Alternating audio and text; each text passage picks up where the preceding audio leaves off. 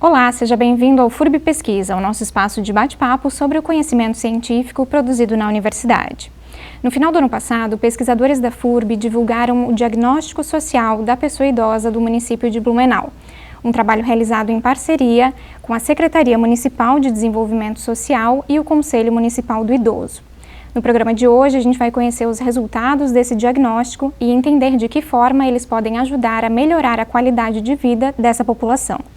Quem fala com a gente sobre esse assunto é o professor Fábio Matos, que é doutor em desenvolvimento regional, professor do Departamento de Fisioterapia da FURB e coordenador geral do diagnóstico. Bem-vindo, professor. Muito obrigada pela presença. Obrigado pela oportunidade. Eu gostaria que o professor começasse nos explicando como é que essa demanda chegou até a universidade. Blumenau, em 2018, ela adere à Estratégia Brasil Amigo da Pessoa Idosa, que é uma política desenvolvida a nível nacional, estimulando os municípios a fazerem os seus diagnósticos em relação à situação, às condições sociais, funcionais, estruturais para a população idosa.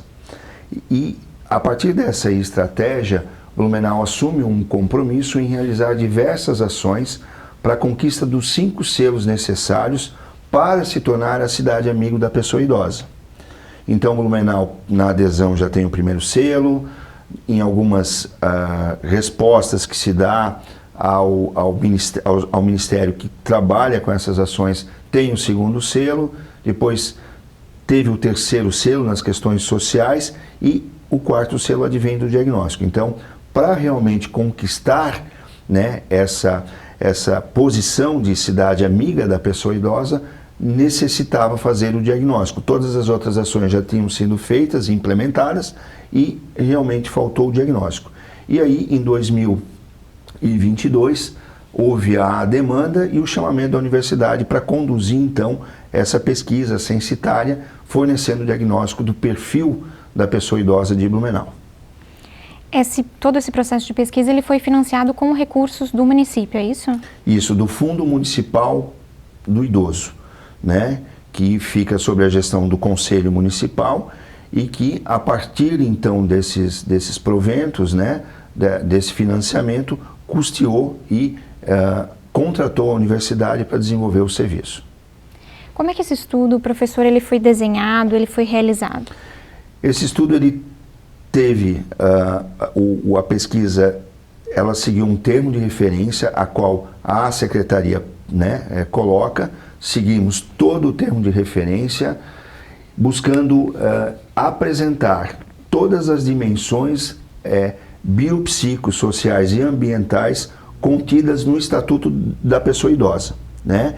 E que tem uma relação direta com uma política pública da Organização Mundial de Saúde chamado envelhecimento ativo, e essas dimensões então foram todas apuradas, desenhadas, né? Transformadas em um questionário de 148 perguntas, onde cada dimensão tinha um número X de perguntas, para que a gente conseguisse então responder a todos os critérios, os elementos advindos do termo de referência. E aí também fizemos a pesquisa com o idoso comunitário e com o idoso institucionalizado, visto que nós temos apuradas aqui, até então, 30 instituições de longa permanência para pessoas idosas. Além das entrevistas com as pessoas idosas, nós também fomos buscar informações em todas as entidades da sociedade civil que prestam serviço à população idosa. E, além disso, aos órgãos governamentais que têm ações transversais em relação ao idoso. E com isso, então, se elaborou toda a pesquisa. Foi uma pesquisa de campo, censitária, nas entidades, nos órgãos governamentais, nas instituições de longa permanência e batendo de casa em casa nos 35 bairros de Blumenau e na zona rural de Blumenau. Então, ela é uma pesquisa extremamente completa, né, territorializando toda a cidade de Blumenau e dando realmente um levantamento de todos os aspectos possíveis e que constam dentro do Estatuto do Idoso. Então a gente responde ao Estatuto do Idoso como está o idoso de Blumenau, né? Como ele está vivendo, como é que é a relação dele social, o que ele está utilizando do sistema de saúde da cidade, né? E qual é a coparticipação dele nas entidades, nos eventos, de forma cultural, de forma educacional, e aí a gente consegue ter um panorama bem amplo de quem é a pessoa idosa que vive hoje em Blumenau. Para a aplicação desses questionários, vocês desenvolveram um processo de amostragem, né? Quantos idosos foram entrevistados, responderam a esse questionário que o professor menciona? Como é que foi feito esse processo de amostragem? Nós, atualmente, devemos estar ultrapassando 58 mil pessoas idosas em Blumenau. Na época, há 2 anos atrás, quando iniciou-se esse processo, eram 56 mil pessoas, né? 3% dessa população foi a base amostral e ela é extremamente fidedigna e necessária, estava dentro do que a estatística solicita para nós termos uma pesquisa consistente. Nós trabalhamos um pouco a mais com 3,3 dessa necessidade, então fomos além, entrevistamos 1.089 pessoas idosas comunitárias, ou seja, aquelas que moram nas suas casas, vivem com as famílias, e 156 pessoas institucionalizadas, né? Pessoas idosas institucionalizadas. Além, claro, de todas as outras entrevistas com as entidades. E aí, essa amostra, a partir do momento que ela foi definida, foi espacializada nos 35 bairros de Blumenau, proporcionalmente estabelecidas.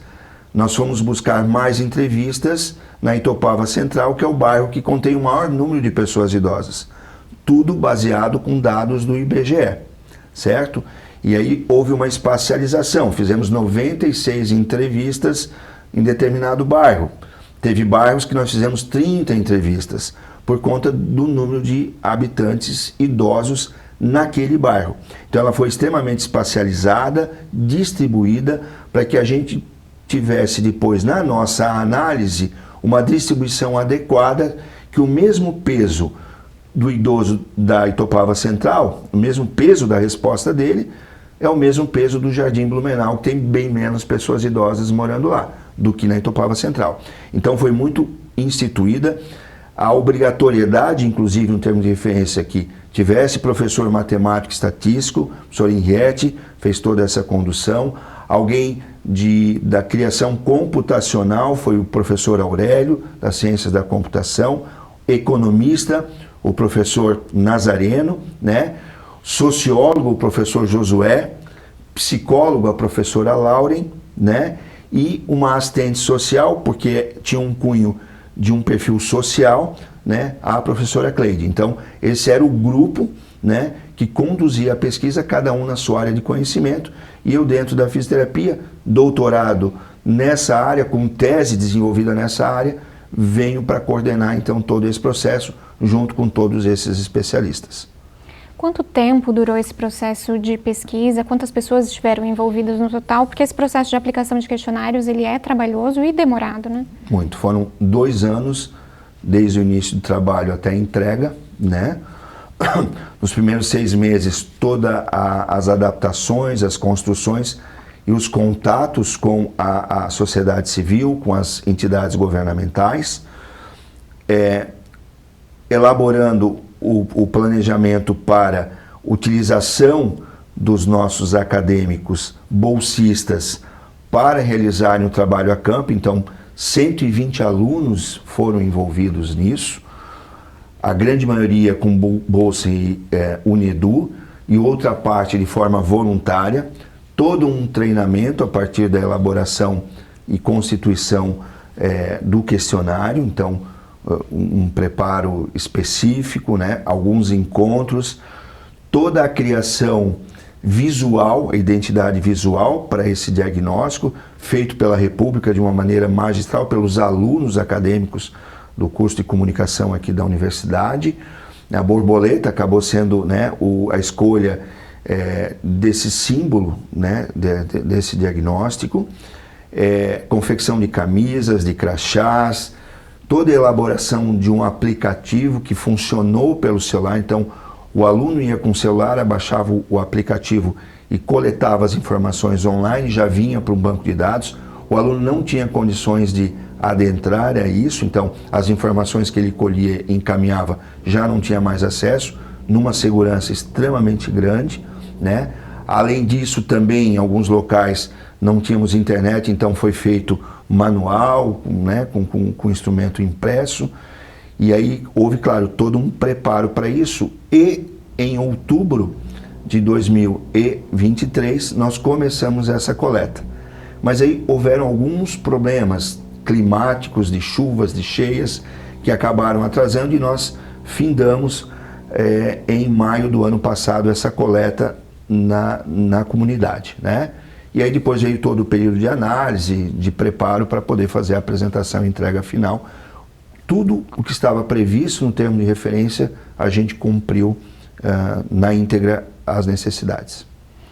A gente sabe, professor, que o Brasil está num processo de transição, a população está envelhecendo, né? Como é que essa realidade se apresenta, então, aqui em Blumenau, a partir dos dados do diagnóstico?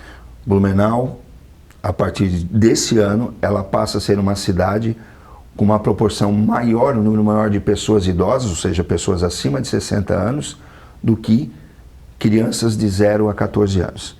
Então, nós deixamos de ser uma cidade, né, com maior proporção de crianças e jovens, continuamos com uma proporção de jovens e maduros, mas aumentando muito a proporção de idosos.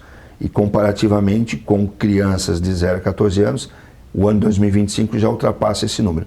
Então, seguramente a gente pode dizer que Blumenau é uma cidade que passou a ser agora envelhecente, ou seja, cada vez teremos um número maior de idosos, que o envelhecimento da população, não só no Brasil, no mundo inteiro, é o maior fenômeno da sociedade e que agora vai ser uma constante. Não vai deixar de existir esse processo, ele vai ser cada vez mais intenso. Ou seja, daqui a 20 anos, ou menos, 15 anos, se prospecta que Blumenau terá pelo menos 100 mil habitantes acima de 60 anos. E isso requer todo um cuidado, todo um planejamento, porque várias pressões no serviço de saúde, no sistema social, vão exigir, né, da sociedade em si, da universidade, do poder público, da sociedade civil, encaminhamentos, porque isso vai gerar realmente várias demandas.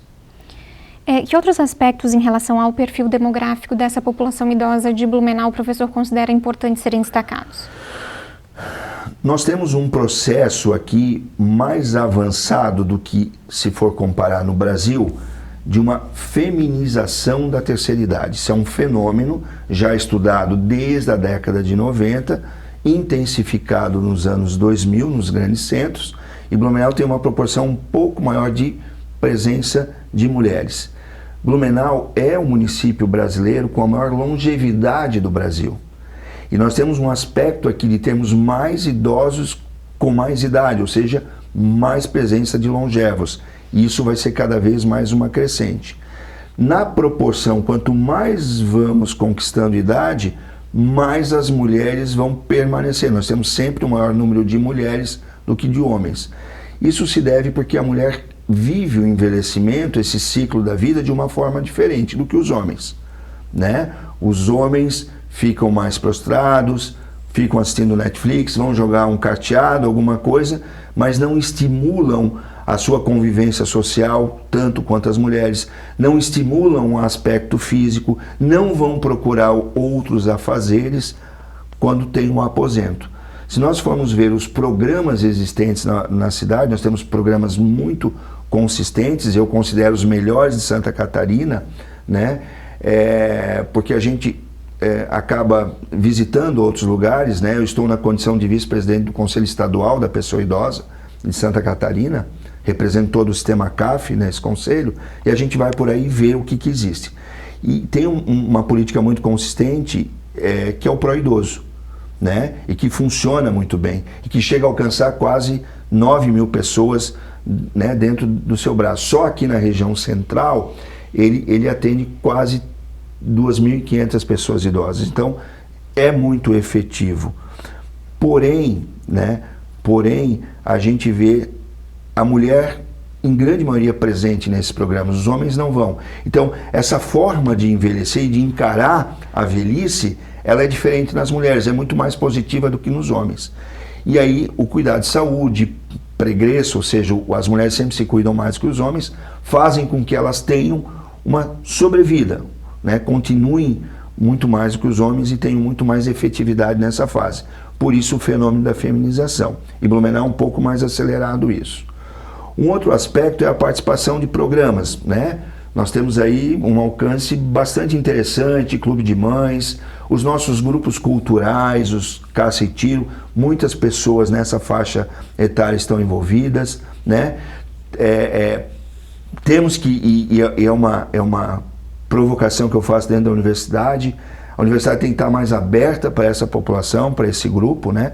Temos aqui tínhamos o PROEP, né? Mas temos aí um programa da EX, da extensão, que recebe várias pessoas idosas fazendo as suas atividades aqui dentro, mas eu acho que a gente tem que aprimorar isso.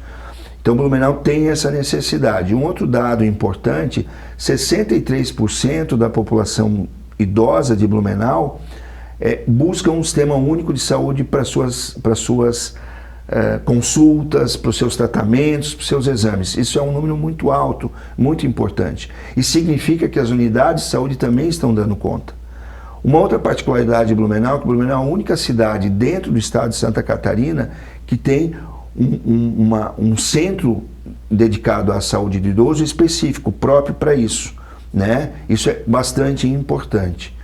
Porém, o que nós percebemos no diagnóstico, nós já tínhamos essa impressão, o envelhecimento de Blumenau, a maior proporção se dá de forma periférica, nos bairros da periferia. As ações, as políticas têm que ser muito voltadas para as Itopavas, para o Progresso, para a Velha, certo? Porque lá nós temos uma gama maior de pessoas nesse ciclo de vida, muito mais que na região central, diferente de vários outros municípios. Então são características aqui de Blumenau muito importantes. Um outro aspecto importante a se falar é que temos um grande número de pessoas idosas que vivem sozinhas. Isso demanda de um cuidado, de critérios, né, não só da assistência social, da saúde, mas da sociedade como um todo, de monitorar aquele idoso, né? Porque uma parte dessas pessoas que moram sozinhas, 9% delas, tiveram quedas em 2023, que foi a base, foi o ano base que a gente fez todo o levantamento. E dessas pessoas, pelo menos 20% tiveram algum tipo de fratura. Isso requer toda uma condição, todo um acompanhamento. Então o diagnóstico ele traz essas possibilidades e ele espacializa de uma forma bastante adequada.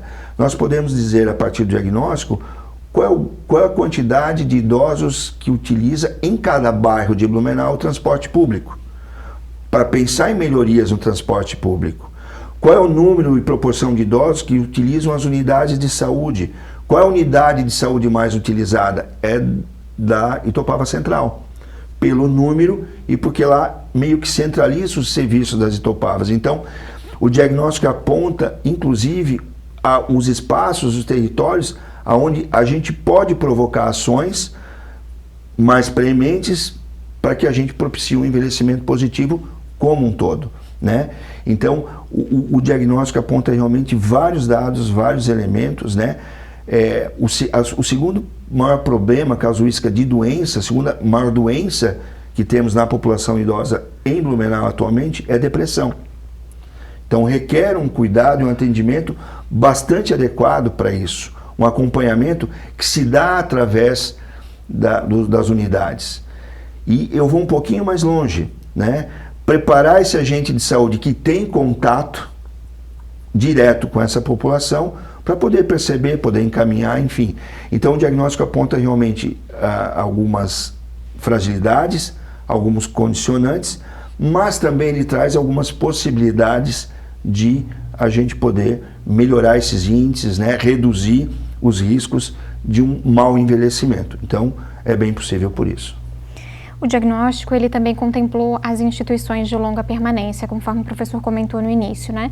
Qual seria o panorama, né, a situação dessas instituições, dos idosos que vivem nessas instituições aqui em Blumenau?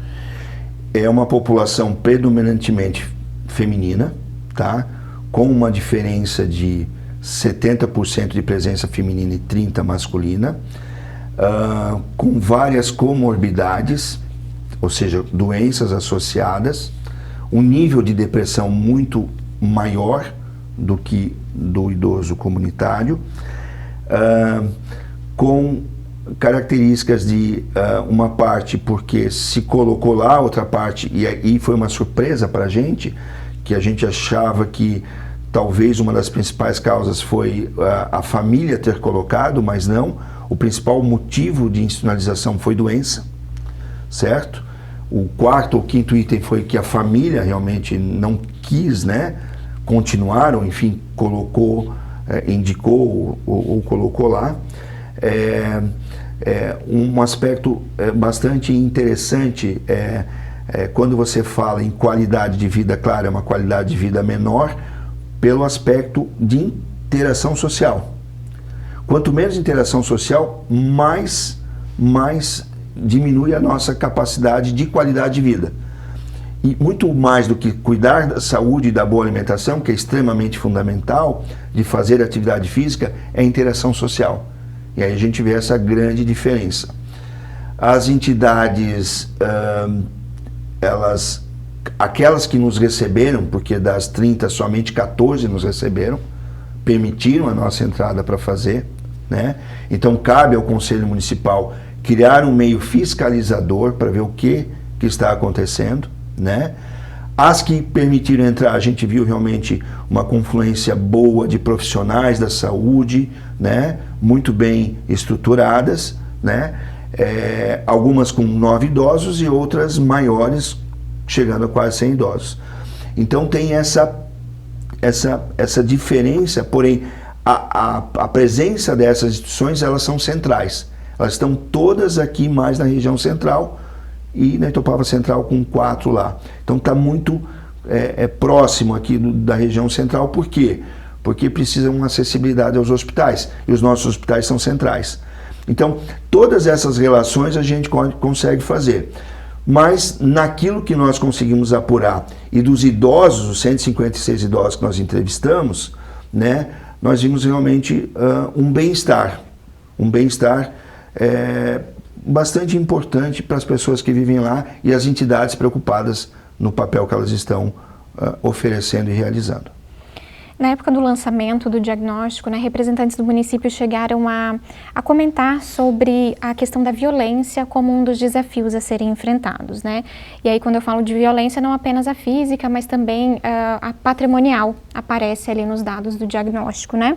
De que forma vocês verificaram essa situação? Como é que vocês avaliam esse quadro a partir do que o diagnóstico revelou? Quando a gente aplicou o questionário na dimensão violência, então existe uma série de perguntas. E foi muito interessante, né? Porque se estivessem sozinhos, eles falavam mais tranquilamente sobre isso. Se estivessem com o filho junto, eles respondiam sim ou não. Então a gente viu algumas questões importantes. Tivemos uma demanda importante de pessoas que sofreram algum tipo de violência, ultrapassando os 20%. E o que a gente viu crescer muito na análise e diante das respostas é a violência financeira, que é um tipo de violência cada vez mais usada contra a pessoa idosa. Tínhamos normalmente a física, a psicológica, sempre tivemos a financeira, mas agora num patamar muito maior, né? Então a gente percebia que tinha dificuldades às vezes de contabilizar. 2% da população sofreu violência física dessa população, já é um número bastante expressivo, né, a violência física, e ela está no cotidiano da pessoa idosa, né? Ou por trotes através do celular, e aí cabe à sociedade, às entidades organizarem processos de educação à pessoa idosa para utilizar as tecnologias, para utilizar o celular. A universidade tem um papel preponderante sobre isso, né, para prepará-los mais para diminuir essa questão da violência financeira, que é o que mais cresce hoje em todo o Brasil. E aqui em Blumenau a gente percebe isso. Temos violência psicológica, né? O bairro que houve uma demanda maior de atendimento à pessoa idosa foi o bairro Fortaleza, né? Questões policiais, dado da Polícia Militar e da Polícia Civil, né? E na Polícia Civil aponta realmente um número bastante importante. Nós temos que nos debruçar de abandono de incapaz. E aconteceu pelo menos 30 casos em 2023 de abandono. E aí o município ele vai ter que ajustar onde colocar esse sujeito. Normalmente, né, existem instituições que fazem esse tipo de acolhimento, mas a violência ela é crescente, ela é existente e a financeira é o que mais foi apontado na pesquisa. Para a gente finalizar, professor, a partir dos dados que a pesquisa revelou, quais seriam os principais desafios ou os desafios mais urgentes a serem trabalhados pela administração pública, pela sociedade em geral, para melhorar a qualidade de vida da população idosa em Blumenau? Perfeito. Primeiro ponto as ações elas têm que ser periféricas, tem que ir mais ao encontro das pessoas idosas, que têm mais dificuldade de locomoção, de mobilidade. Então, levar esses espaços, né? Os bairros mais periféricos. O segundo é se debruçar e ver quais são as maiores necessidades em saúde, na assistência social, que tem um bom nível de atendimento, a gente percebeu isso, né? Na questão educacional, oferecer talvez mais cursos, mais preparações, e preparar já a geração que está vindo depois, que é a minha geração, para daqui a 5, 6 anos, dentro de um ambiente mais positivo, mais integrativo, mais estruturado. O grande problema estrutural de Blumenau hoje chama-se calçadas, que incorrem riscos e leva a quedas e leva a fraturas. O que foi mais apontado pelos idosos, muito mais que iluminação pública, muito mais preocupados que a falta de transporte público foi as calçadas de Blumenau. Então, a administração pública tem que se debruçar. No dia da apresentação do diagnóstico, eu entreguei, né, a gestão e digo, olha, os próximos 8 anos tem dados aqui para serem trabalhados. Então tem muita coisa a se fazer, mas Blumenau está num bom caminho. Eu quero realmente afirmar isso, né? Eu falo sem medo nenhum que nós somos um município com a melhor perspectiva de envelhecimento, com melhor atendimento à população idosa. Precisamos aprimorar, replicar o que está dando muito certo, rever a questão estrutural, acessibilidade, mobilidade e dar condição de voz à pessoa idosa. Isso também é extremamente importante. No programa de hoje nós conversamos com o professor Fábio Matos, doutor em desenvolvimento regional, professor do Departamento de Fisioterapia aqui da FURB e coordenador do diagnóstico. Muito obrigada, professor, pela presença. Obrigado. A gente agradece também a você pela sua companhia e te convida a acompanhar as outras edições do FURB Pesquisa, todas disponíveis no canal da FURB no YouTube. O programa de hoje termina aqui. Até a próxima!